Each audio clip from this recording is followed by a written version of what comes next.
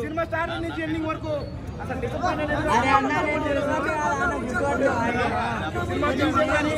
Kalyan performance కానీ చింపి పడేస్తాడు.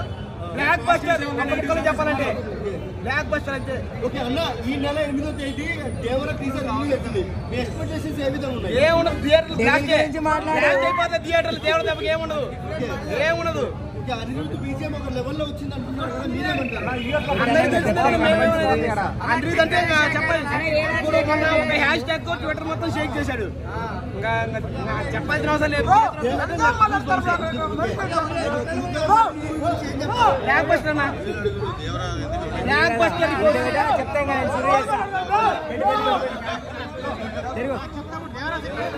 దేవర సినిమా ఇప్పుడైతే కళ్యాణ సినిమా బ్లాక్ బస్టర్ హిట్ అయింది.